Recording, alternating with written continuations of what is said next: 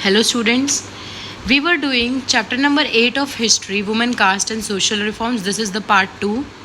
तो स्टूडेंट्स, मैंने आपको पिछले वाले लेक्चर में समझाया कि बहुत सारे ऐसे इंडिविजुअल्स और ऑर्गेनाइजेशन साथ में आई किसके लिए, एक सोशल रिफॉर्म के लिए. रिफॉर्म होता है बच्चा चेंजेस, मूवमेंट्स और कुछ ऐसे रूल्स को चेंज करना ताकि सोसाइटी अपलिफ्ट हो, सोसाइटी में चेंज है, सोसाइटी में जो भी गलत चीज़ चल रही है, जो भी इविल प्रैक्टिसेस चल रही है वो हटे. तो आज हम पढ़ेंगे प्रार्थना समाज. प्रार्थना समाज ब्रह्मो समाज से प्रेरणा लेते हुए फाउंड किया गया बॉम्बे में इन द ईयर 1867. स्टूडेंट्स, जो ब्रह्मो समाज है उसने बहुत से लोगों को मोटिवेट किया. तो बाकी सभी लोगों ने सोचा हम भी अपने अपने एरियाज़ में ऐसे ऐसे समाज बनाएंगे. तो महादेव गोविंद रनादे और रामकृष्ण भंडारकर, ये दो ग्रेट लीडर्स थे इस मूवमेंट के. इन्होंने कहा कि it preached worship of one God, caste system को हटाया और अनटचेबिलिटी को सोसाइटी से रिमूव किया. इन्होंने कहा कि विडो रीमैरिज पॉसिबल है, विडो रीमैरिज होनी चाहिए. तो महादेव गोविंद रनादे फाउंडर थे डेक्कन एजुकेशन सोसाइटी के, ठीक है, इन द ईयर 1884. इन्होंने बहुत सी चीज़ें लॉन्च करी, जैसे एंटी टेम्परेंस मूवमेंट, जिसको एक नुक्कड़ नाटक बोलते हैं, जो डांसिंग से कुछ एक चीज़ को एक्सप्रेस करते हैं लोगों के सामने. और इन्होंने काफ़ी रिफॉर्म्स को इंडिया के अंदर लेकर आए. Now next students, we will read about Baba Saheb Bhimrao Ramji Ambedkar, जिन्हें हम बी.आर. अम्बेडकर से भी जानते हैं. ये बॉर्न हुए थे 1891 में. महार फैमिली से ये बिलोंग करते थे. बहुत ही छोटी उम्र से इन्होंने कास्ट डिस्क्रिमिनेशन, मतलब कास्ट का भेदभाव देखा. स्कूल में इनको फोर्स किया जाता था कि ये स्कूल क्लासरूम के बाहर बैठे रहें और ग्राउंड में पढ़ें. इनको नॉर्मल वाटर टैप से पानी नहीं पीने दिया जाता था, क्योंकि ये लोअर कास्ट से बिलोंग करते थे और पानी टैप में से पीना सिर्फ अपर कास्ट के बच्चे ही पी सकते थे. तो अंबेडकर ने अपनी स्कूलिंग फिनिश करी और पढ़ाई करने के लिए यूएस गए, हायर स्टडीज़ करी. और इंडिया में जब वो वापस आए तो सबसे पहले उन्होंने अपर कास्ट और ये लोअर कास्ट की जो आप ये कह सकते हो अंतर था, इसको कम करना शुरू किया. इन्होंने अपना एक न्यूज़पेपर शुरू किया जिसे कहते हैं मोक नायक. इसका मतलब होता है a leader of the silent. इन्होंने बहुत सी ऐसी डिप्रेस्ड क्लासेस की अपलिफ्टमेंट के लिए बहुत से ऐसे काम किए. जुलाई के अंदर अंबेडकर ने Bahishkrit Hitakarini Sabha means to fight the evil of untouchability, बहुत बड़ी चीज़ ये थी, उनको शुरू किया. और धीरे धीरे बी.आर. अम्बेडकर से अंबेडकर साहब बाबा साहेब भीमराव अम्बेडकर जाने पहचाने लगे. उनको नाम मिला बाबा साहेब का. अंबेडकर जी ने टेंपल में एंट्री मूवमेंट शुरू किया और डिमांड किया कि public drinking water will be for all public. ये यहाँ पर अपर कास्ट लोअर कास्ट जैसी कोई चीज़ ना हो. महार जो कास्ट है स्टूडेंट्स, वो दलित्स कहा जाता है, जिनको बेसिकली क्या कहते हैं लोअर कास्ट माना जाता है. तो इन्होंने बेसिकली अपर कास्ट और लोअर कास्ट की दूरी को कम करना शुरू किया.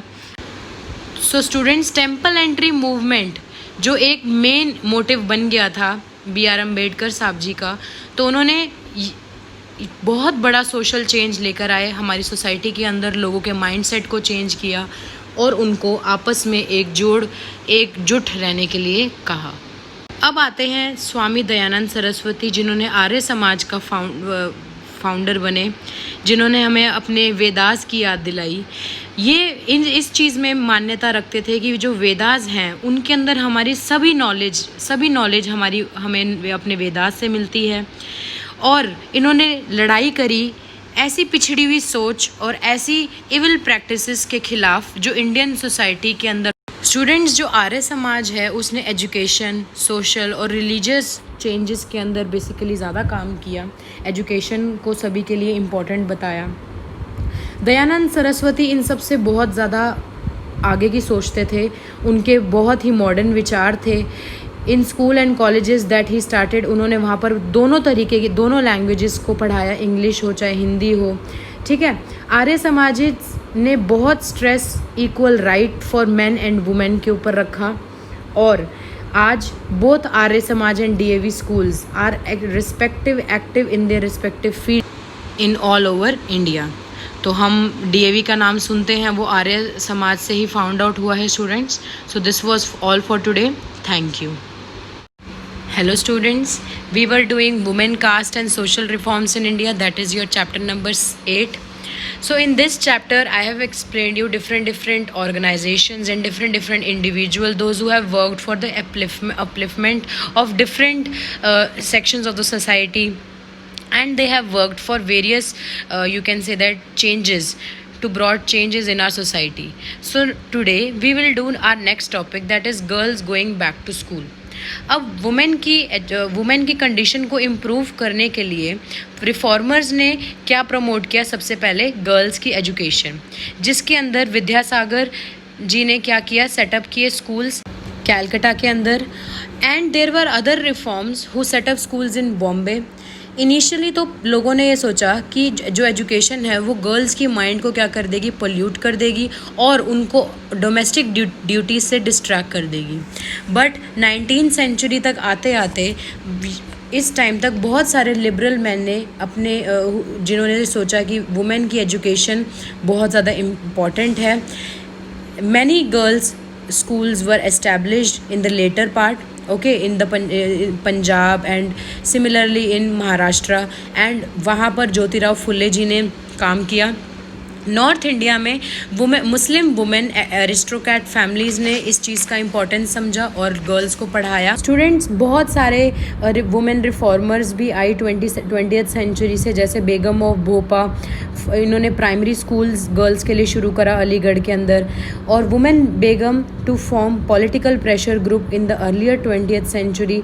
दे वर्क फॉर वुमेन्स की हेल्थ के लिए, उनके एजुकेशन के लिए उन्होंने काम किया. और 1920s तक आते आते some of them also joined various nationalist and socialist movement. Women's को इतना एजुकेट कर दिया गया कि वो एक क्रांतिकारी के अंदर भी अपना भाग लेने लगी. और नेशनलिस्ट लीडर्स जैसे सुभाष चंद्र बोस और जवाहरलाल नेहरू जी ने इनका सपोर्ट किया. They both supported the demands for greater equality and freedom for women. Students, अब तक हमने जितने भी रिफॉर्म्स के नाम पढ़े वो क्या कहते हैं, ब्राह्मण मूवमेंट भी जाने जाते थे. अब हम पढ़ेंगे नॉन ब्राह्मण मूवमेंट, जिन्होंने 20th सेंचुरी के शुरुआत में बहुत सारी चीज़ों के अंदर चेंज लाना चाहा. It was all started by non ब्राह्मण कास्ट विच वर एजुकेटेड भी थे, वो वेल्दी भी थे और इन्फ्लुएंशियल भी थे. इनमें से सबसे इम्पॉर्टेंट नाम था E.V. रामास्वामी नायकर.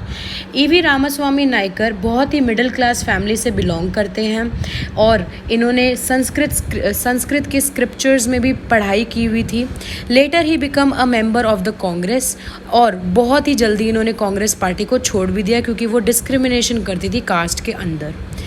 तो lower caste were made it sit at the distance from the upper caste that hurt them. जो लोअर कास्ट थी उनको लोग रिस्पेक्ट नहीं देते थे, इसीलिए उनको दूर रखते थे और यही चीज़ लोअर कास्ट को हर्ट करती थी.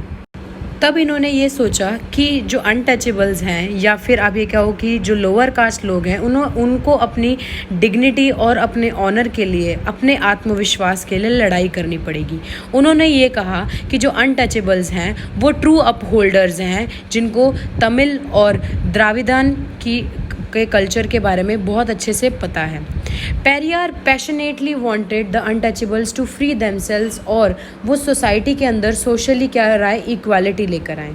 तो उन्होंने ये चीज़ सोची कि स्क्रिप्चर्स जो एस्टैब्लिश किए गए हैं द अथॉरिटी ऑफ ब्राह्मण्स के द्वारा over the lower caste, they justified the domination of man over women.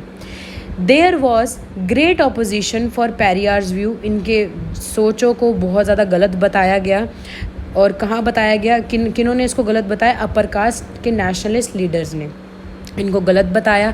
ब्राह्मण सभा भी सेटअप करी गई बंगाल के अंदर इसी के लिए, इसी रीज़न पर. और the objectives of these association was to uphold caste distinctions. अब आते हैं सेकेंड पॉइंट, रामकृष्ण मिशन पर. Ramakrishna mission was started by Swami Vivekananda. He was the Vivekananda founded Ramakrishna Mission in the memory of his Guru.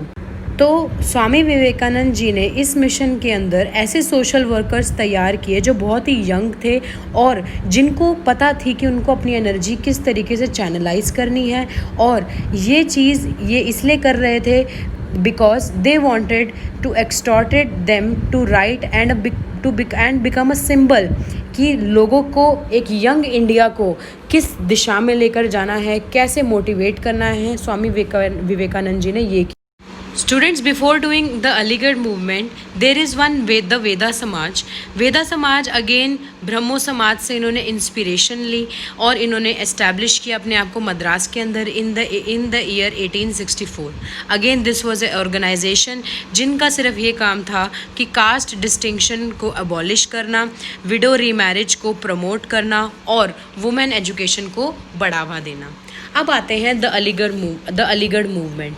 Aligarh movement was started by sir Syed Ahmed Khan. He was a great Muslim reformer.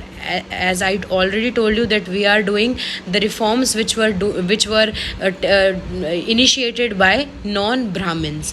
He organized Aligarh movement and through this initiative इन्होंने MAO college का found किया जिसे कहते हैं Mohammedan Anglo oriented college.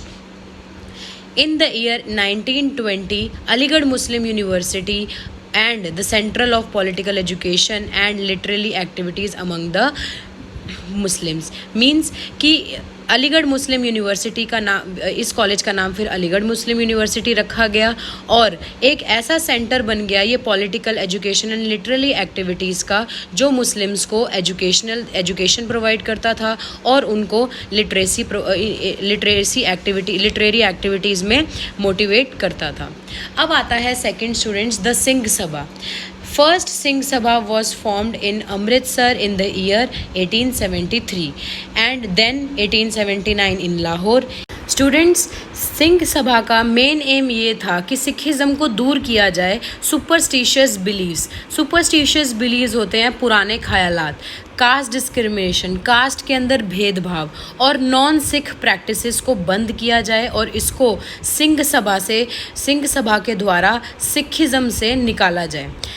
जो forceful speeches, writings और movements lower caste leaders करते थे वो अपर कास्ट नेशनल लीडर्स को समझ में आने लगा और उन्होंने दोबारा सोच विचार किया that yes they are rights. जितने भी डिबेट्स और स्ट्रगल्स हुए ओवर कास्ट कॉन्टिन्यूड चलते रहे, कॉलोनियल पीरियड तक चलते रहे और आज भी यही डिबेट्स और स्ट्रगल्स हमारे कास्ट के अंदर हमारे टाइम तक भी चलते आ रहे हैं. स्टूडेंट्स, अब आता है यंग बंगाल स्टूडेंट मूवमेंट. ये एक बहुत ही एजुकेशनल पर्सन है हेनरी डिरोजियो. ये एक टीचर थे हिंदू कॉलेज के अंदर. इन्होंने प्रमोट किया रेडिकल आइडियाज़ एंड अपने स्टूडेंट्स को एनकरेज किया कि वो अथॉरिटी को क्वेश्चन भी कर सकते हैं. इनके मूवमेंट को यंग बंगाल मूवमेंट कहा जाता है क्योंकि इस मूवमेंट के अंदर बहुत सारे बच्चों ने पार्टिसिपेट किया. Demanded education for women, attacked the customs और जितने भी ट्रेडिशंस फॉलो हो रहे थे उनको अटैक किया और डिमांड में बच्चे सिर्फ ये लोग ये चाहते थे कि इनको अपनी फ्रीडम ऑफ एक्सप्रेशन या अपने आइडियाज़ को एक्सप्रेस कर सकें, जो ये सोचते हैं वो सबको बता सकें और अपने व्यूज़ को सबके सामने रख सकें. This was your chapter was all about students. Thank you.